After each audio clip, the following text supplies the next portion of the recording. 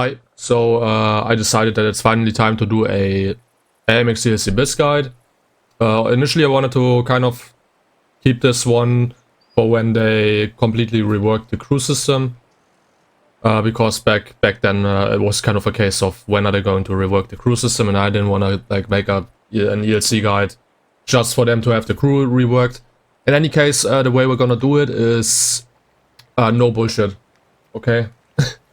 So disclaimer out of the way. If you wanna play for fun, play for fun. Do whatever the hell you want. The thing is, why would you watch a guide anyway? So there is a tried and true way to play DLC. I'm gonna tell you how to properly play it. Like if you want to properly play it. So nobody gives a shit about statistics, okay? Except for yourself, about your own statistics. That's what you care about, right? But you wouldn't like care about other people's.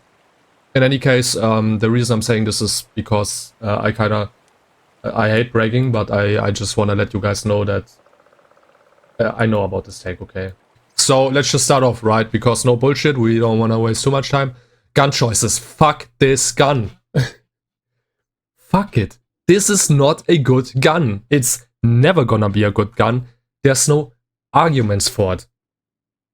The only reason people use this gun and the only thing they can even argue with is obviously the turret, the fully rotational turret. But it's not worth it. It's not fucking worth it. This combination of statistics, it looks better on paper in the garage than the 90mm, but in practice it is fucking awful. So let's go over this. You have 110 alpha compared to 240. Which means that you have to shoot at least 3 times in order to do more damage than a 90mm does with one shot. But you have less penetration. And you have worse accuracy. And spoilers, it's not shown in the garage, but you have the exact same amount of dispersion values except on turret rotation. Because if this gun had the same dispersion values on turret rotation as this gun, boy, honestly, this wouldn't even be a gun anymore, because a gun does damage and this one doesn't. What this essentially does to you is that you are completely incapable of fighting people at longer distances. Because how are you gonna snipe with this shit? How are you gonna snipe with this shit? For real? How? With this fucking awful penetration values and, spoilers, incredibly bad shell velocity. Even on APCR. Look at this shit, man. Try sniping anything with this gun with your dispersion values. Your accuracy that is worse than the 90mm. And the shell velocity. It's not possible. You're not gonna pen anything. Especially with the APCR drop-off. Bro, I swear to God. On longer, mid to long ranges, even hitting consecutive shots with this is already good RNG. Hallo liebe Freunde des gepflegten Panzerfahrsports und willkommen zurück zu World of Tanks. Ohare lernt Leid. Und wir treffen nicht. Ne, wir sind so blöd zum Treffen. Und kriegen da auch leider keinen Support von... Wow. Hallo mein Freund. Wow, wo ging der Schuss denn bitte hin? Oh Gott, die Kanone. Ach, scheiße, da oben ist noch jemand anders. Oh Gott, die Kanone, ey. No, die Kanone, ein Traum. Dabei habe ich schon den Stabi drauf. Ach Gottchen. Hallo. Ja, du triffst auf voller Fahrt, natürlich. Ja. There is little... But I can brawl with other light. No, you can't. Like, it's... Yes, you're theoretically better at brawling with other light tanks at close ranges than as if you were to use the 90mm, okay? Yeah, true. However, if you use the 90mm and play it properly, the only times where you're gonna engage other light tanks at short ranges is if you either fuck up and you get outplayed by the enemy, or if you play properly and only go in if you have an almost guaranteed one-shot on them. In which case, that's what the 90mm does. You assassinate people with it. This gun is awful. Never use it. I swear to God. You have shit gun depression. You have awful flexibility at on ridge lines. You have an insanely derpy and unreliable gun that even fails to hit shit at short ranges. You can't snipe anything. You can't do damage at longer ranges. And you're still shit fighting against other light tanks. Because yes, you're theoretically better, but you're still shit. You're still worse in every conceivable way to other light tanks. So what's the point, bro? Use this gun, the 90mm. Make your tank a tank destroyer light tank hybrid. Engage people at safe distances, assassinate them at short distances. You can still fuck around with heavy tanks at short ranges. Just pick your fights well, honestly. That's all you need to do. And it's not even me just claiming this shit. You see it in the leaderboards in the game. You see it on WOT replays, you see it on YouTube. All of the good battles with the ELC are all with the 90mm. They're all with the 90mm because this is a proper gun to use. This gun is shit, but it works because you have it on the fucking ELC. And I've also had people saying, yeah, but it supports my passive scouting role. Which is like, bro, the gun doesn't even influence how well the ELC can spot.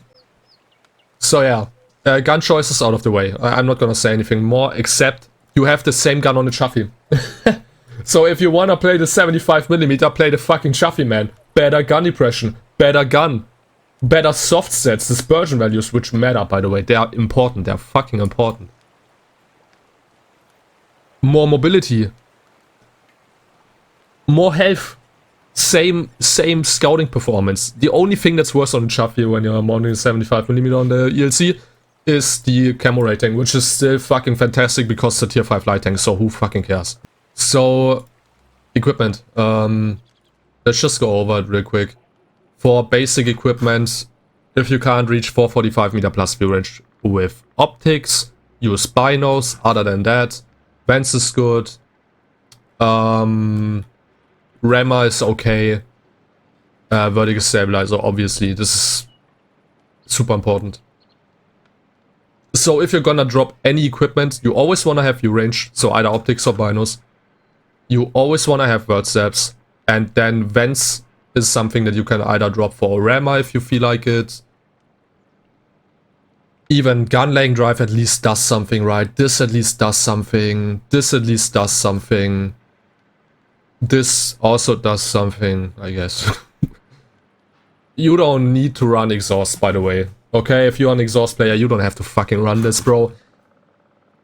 You have 44, anywhere from 44 at the bare minimum to 50. Or let's say 40 to 50% camo rating. Bro, nothing is gonna outspot you. For real.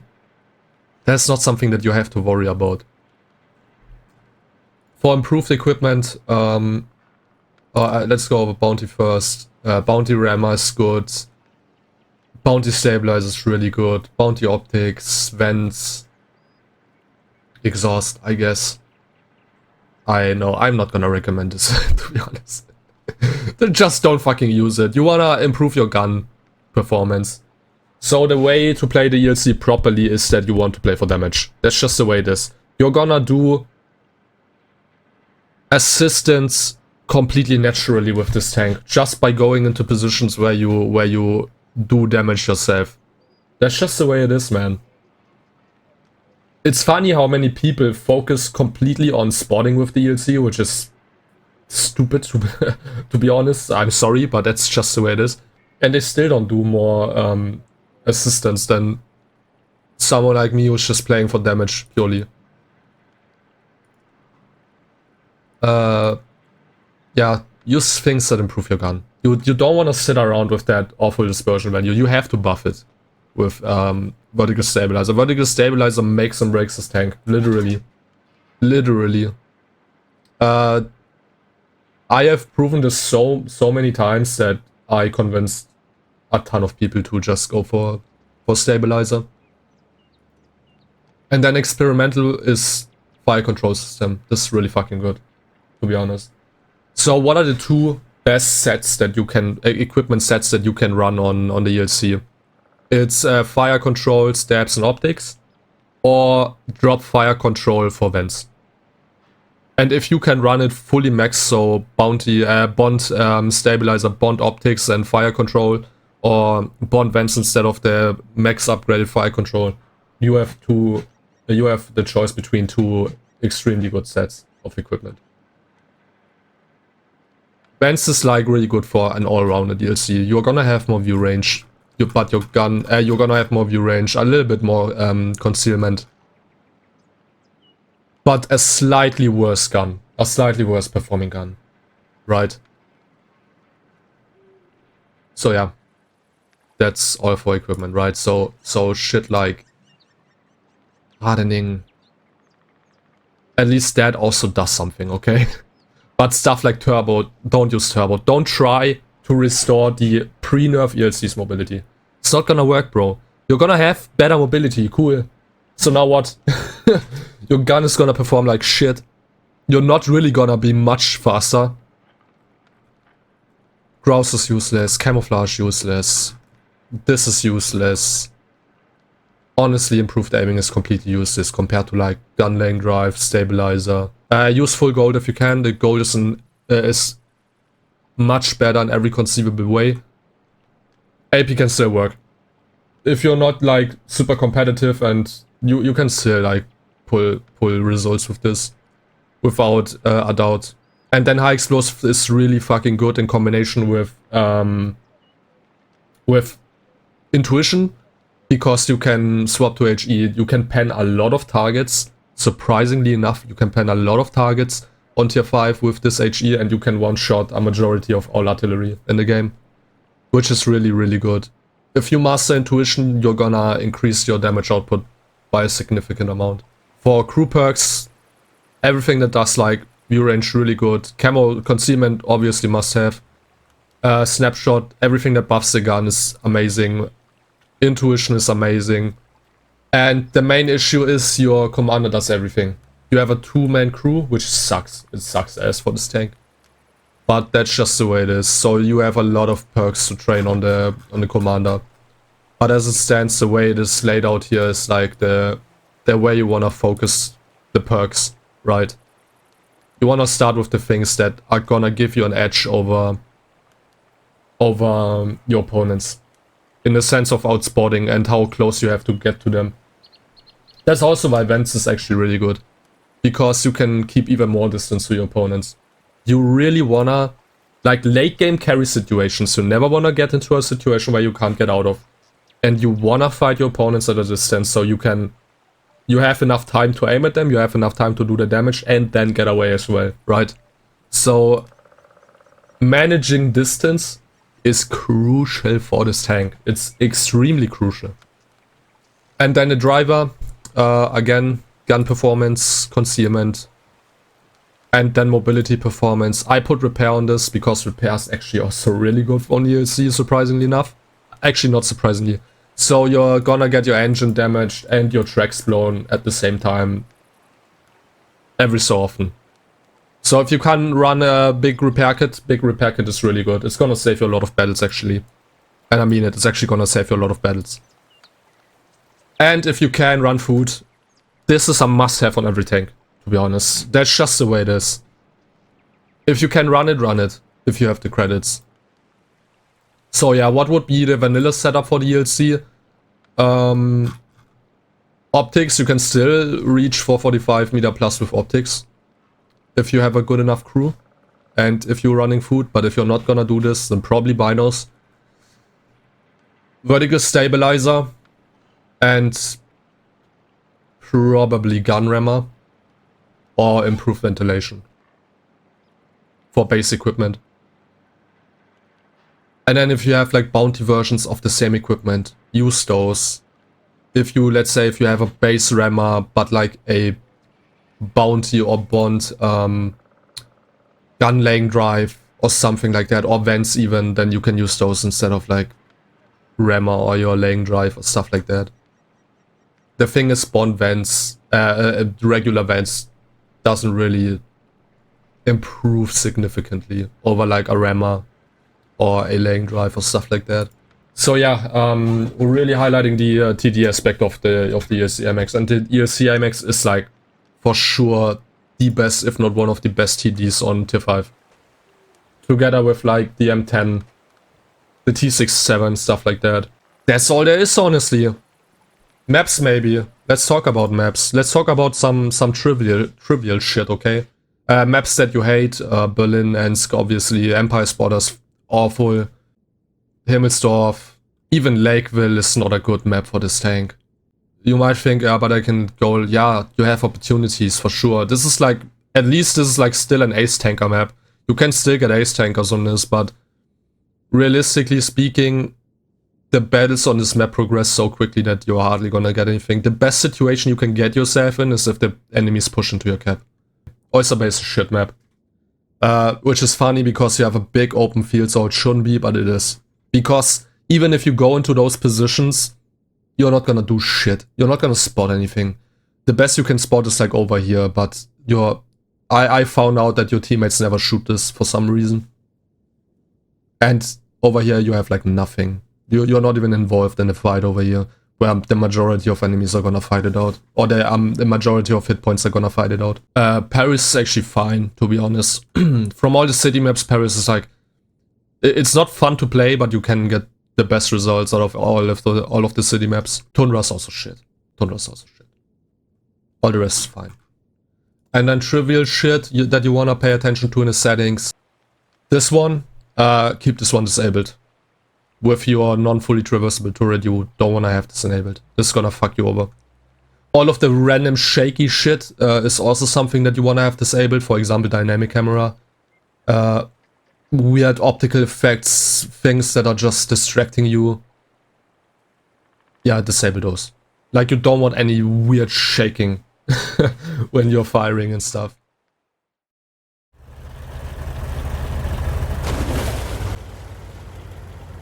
For the first battle, we find ourselves on Karelia South spawn. Here I will choose to position myself on the eastern flank to hopefully spot and shoot faster enemies going to the hill. It also allows us to engage the slower tanks at a distance where we won't get spotted even after firing.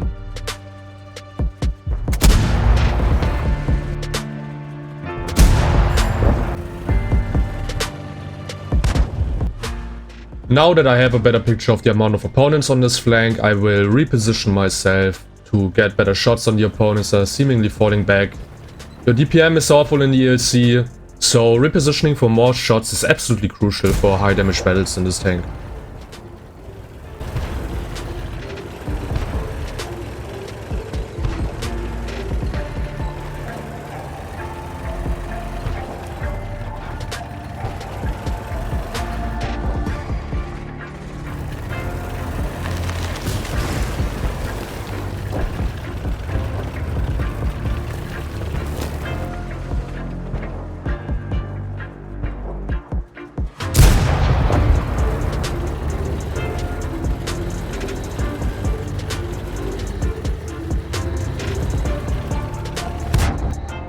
You will see me abuse every bit of foliage that the map offers me. Thinking that the ELC's fantastic camo rating can only be used for scouting and doing assist damage is a very ignorant way of thinking about this. Abuse its camo rating and low profile to deal more damage and get away with very aggressive positioning. That's how you highlight its tank destroyer capabilities.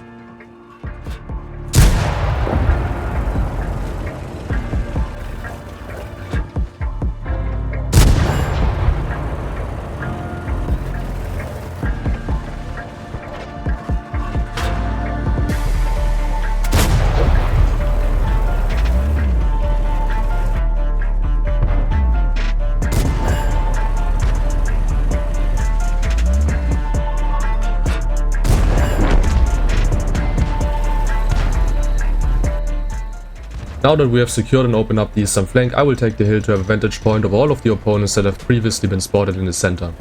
However, I will get greedy and make a misplay against the AMX ELC, costing me the majority of my remaining hit points. Don't expose yourself to the opponents when the map clearly shows that there have been multiple opponents with line of sight view. If many enemies haven't been spotted yet, play with the assumption that they could have line of sight view.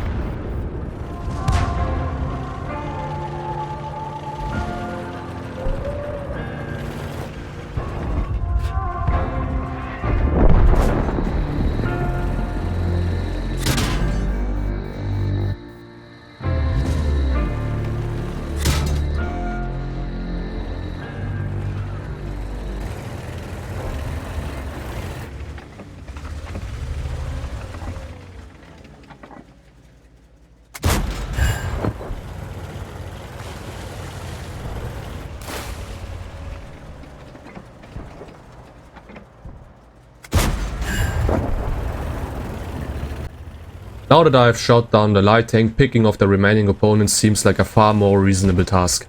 Light tanks are truly the most important opponents to focus early, as they can greatly lower your chance of carrying late game situations. So on open maps like Proco, play it safe and wait for them to mess up.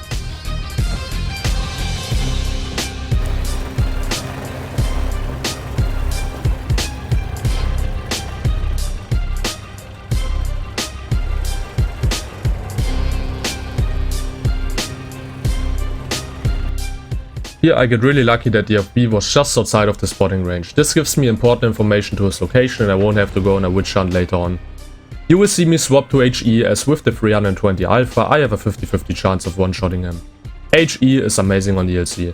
You can pen a surprising amount of enemies with it, and it is always worth to load it against Arty just for the chance of one-shotting them.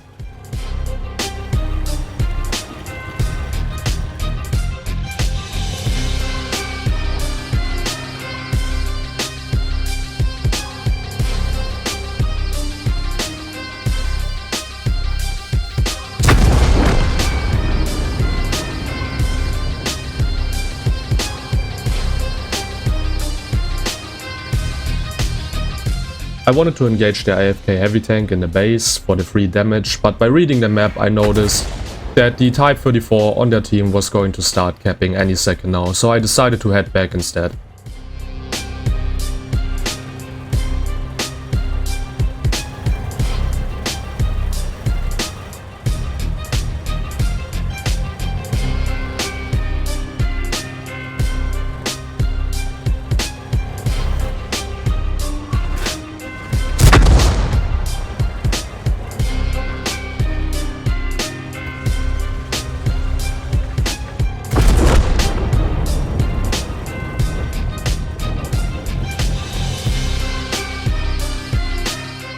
Not noticing that I had HE loaded, I almost made a misplay against the Type T-34 that was capping our base.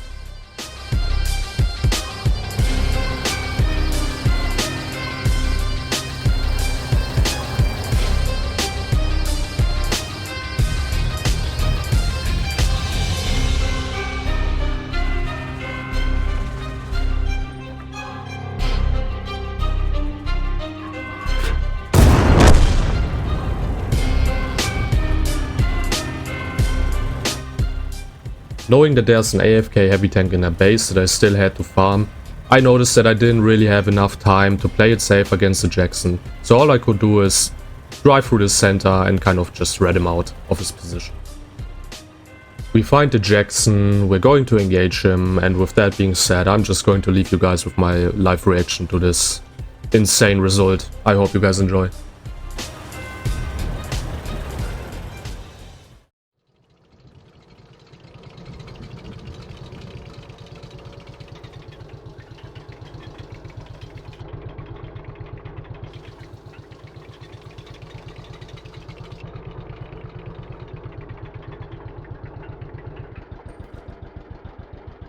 Thank God, man.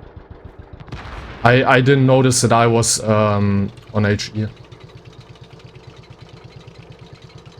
Oh yeah, the time is running out. Nice. Even more things to worry about. Cool. Yeah, we can't hang around anymore. We have to go. He's a one shot.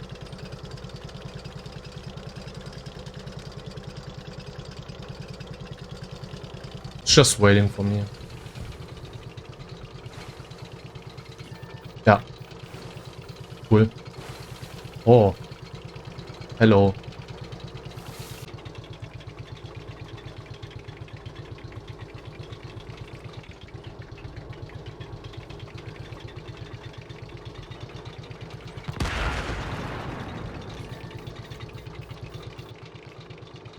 Now we have to go to this AFK guy. I don't know if I have enough time to kill him. It's full health. We should have enough time, right?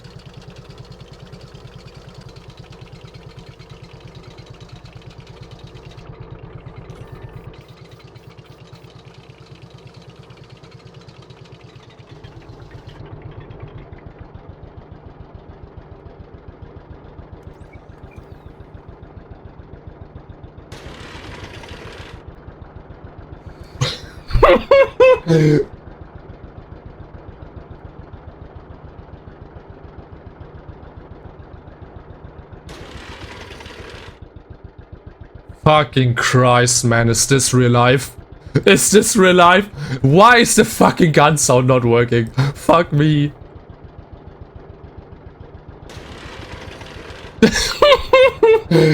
Oh my fucking god.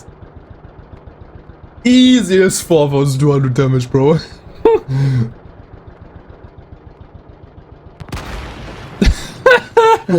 Let's fucking go, dude.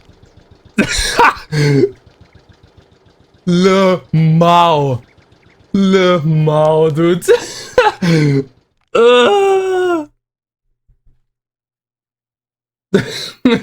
Fucking gun sounds, bro. Who cares?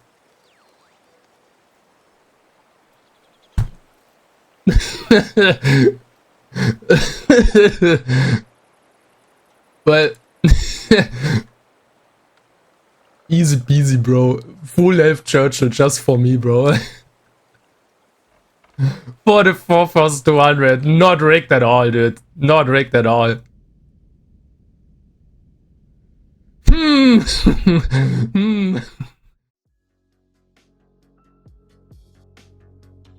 Next up, I feel obligated to talk about the concept of playstyles. I see a lot of people making the argument of playstyle to defend their way of playing certain tanks. You can be comfortable playing a certain way, and if that way of playing the game is fun to you, by all means, keep doing what you're doing. But when it comes to playing the ELC optimally, you need to stop forcing your own playstyle on the ELC and simply come to terms with the fact that playing the ELC with the 19mm at its peak requires you to completely change what you might be comfortable with. This is also why we are looking to boost the gun's performance with equipment. Sitting in a safe zone for extended periods of time, be it by passive spotting or shooting from the red line at the occasional opponent, allows better players to do as they please, and you simply don't want to do that. Entering the high risk reward zone requires you to abuse foliage and have extensive intuition and map reading abilities, as getting spotted here will get you killed really quickly. You want to spend the majority of time in the golden center, where you can spot for yourself and your team, but where you can also do your own damage, safely, either by not getting spotted or by having cover to fall back to quickly. The golden center basically being the equivalent to optimal distance, and safe zone is the zone you only enter in case you need to relocate to a better position safely. Obviously do keep in mind that there's a lot more to it. This is just like the easiest way that I can explain this basic principle to you guys. And with that being said, I want to give you guys another tip on the way. That being controls, and you want to greatly reduce the sensitivity in sniper aim. The reason you want to do that is because if you don't do that, if you have a oversensitive sniper aim, the dispersion values are gonna absolutely annihilate your aim every single time that you move the mouse even just a little bit. So especially in sniper aim, you want to have a very reduced sensitivity so that you can properly aim at people at longer distances and not like do this. Okay, now I finally have my marker on the enemy tank. And then you have to wait 7 hours for your tank to aim, right? So usually when I see people with awful aim, it's either because they have latency issues, they have shit internet, they have a potato PC, or because they have a very sensitive sniper aim, or just a combination of all of those things. And with that being said, let's check out my live reaction to my brother's 1 vs 7 Kolobanovs on Mountain Pass. Hope you guys enjoy that live reaction.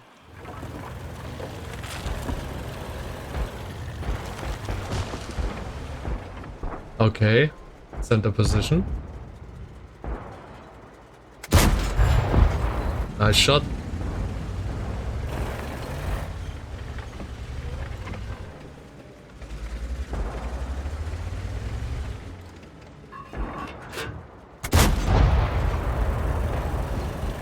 I don't understand. I think I did this before. For whatever reason, he's using server reticle.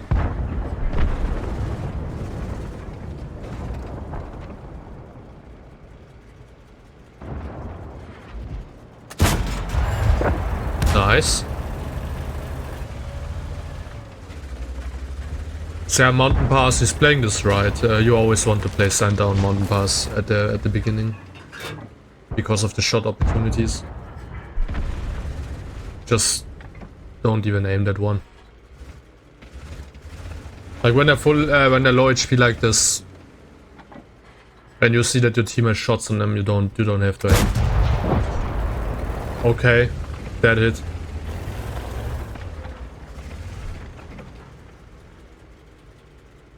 There's no way this is gonna hit. Okay. Oh, yeah, it did hit. Okay, nice. That's crazy. Yeah, good RNG on those shots. Even less reason to aim. Don't aim. You don't have to aim that. Like when he's about to get into cover, there's like no reason to aim. Nice RNG on the shots from the Type T-34. Very, very good RNG. Getting away without losing any hit points. And now he's gonna defend the base. Good decision.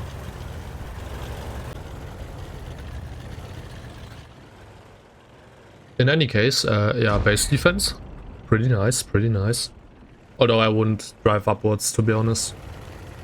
With the ELC, you don't have enough gun depression to do this by yourself. So honestly, I would just sit in a bush here and shoot them as they're coming up, driving up into the base.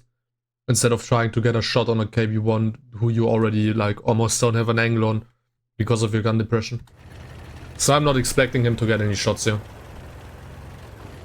Unless there's something behind the KV-1. Or unless the KV-1 is turning around. Yep. And you don't even have to look for a shot. You're not gonna get one here.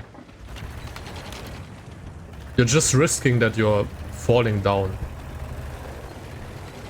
And this is why you put your ass down here, over here in the corner. Way easier shots. You're just gonna risk driving off the fucking cliff, man. Leffe is gonna do some work for him. Leffe got spotted.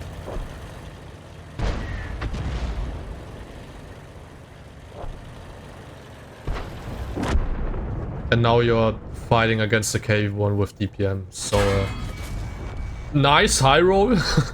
Nice high roll, but that was badly played still. Always consider the fact that your ELC has shit for flexibility on the ridgeline.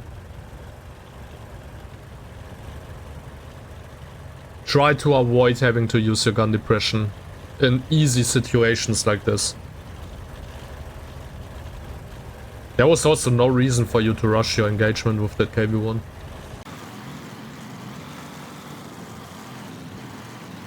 The ELC is aiming over here to these guys, so you could easily drive up on him. Now you're just wasting time.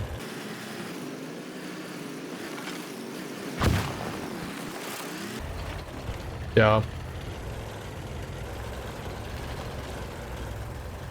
Yeah. You're just wasting a lot of time, to be honest.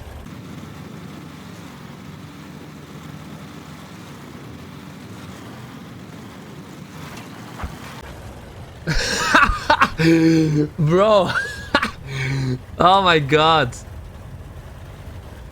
Talk about being useless, holy shit. Yeah, no wonder you have to carry a 1 versus 7 if you let the 1 versus 7 happen in the first place.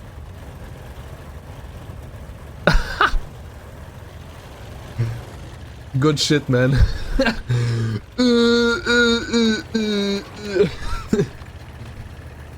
I don't know what to do. Driving in circles is gonna solve that issue. I mean, now you get to carry a 1 versus 7. Let's see how easy of a 1 versus 7 this is gonna be. HE for the ELC. Oh, good choice. Oh, unfortunate. Still good choice though. All things considered, should have been an easy pen, to be honest.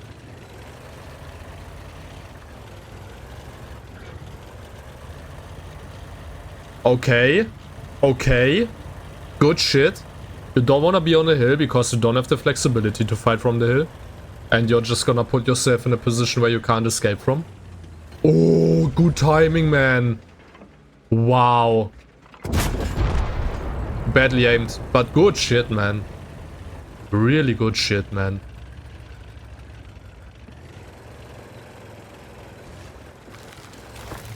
Okay, knocking down a tree, revealing your position if people are careful. Badly aimed, but you know, still hits, so whatever.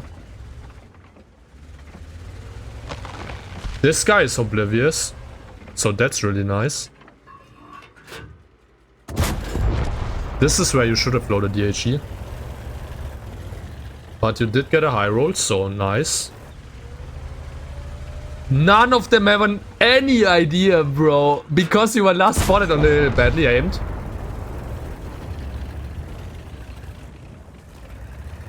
Oh my god, man. You fooled the shit out of them. Damn. Damn, dudes. You being last spotted on the hill absolutely saved your ass. Because all of them thought you were on the... That is insane.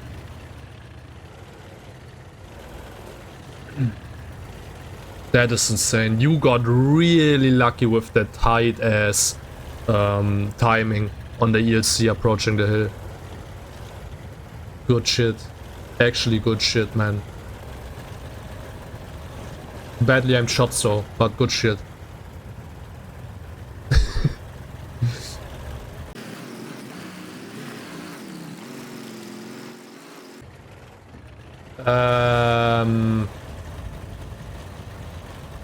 Yeah, so assumptions.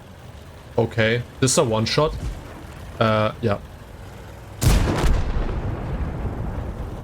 Wasn't too bad. This is good. Yeah, this is good. This is really good. Because he's not gonna sit in the base and wait for you, wait to shotgun you. So that's really good. And the Panzer's probably AFK. Hasn't been spotted, is full AF, easy assumption to make that he's AFK. Either way, probably nothing that you have to worry about, even though he's a free shot technically. Yeah, just take the long way around, to be honest. Yeah, good decision. You don't wanna drive into that guy. Oh, okay. Wow, he didn't spot you. Now he spotted you.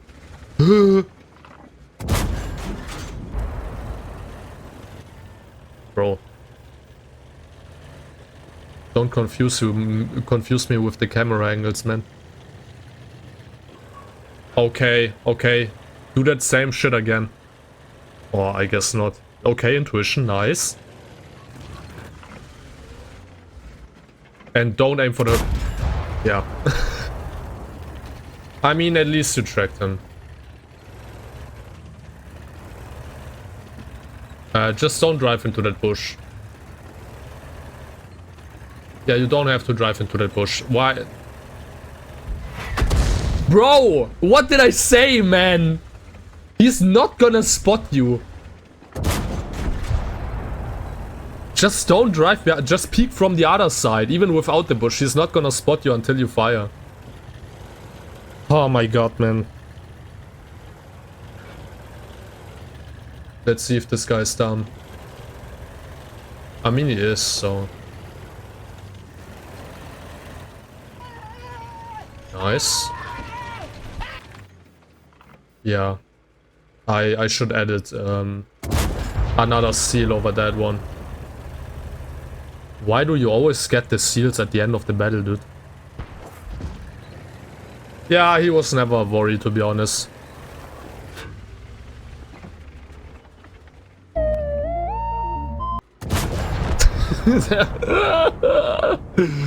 Oh my god, man.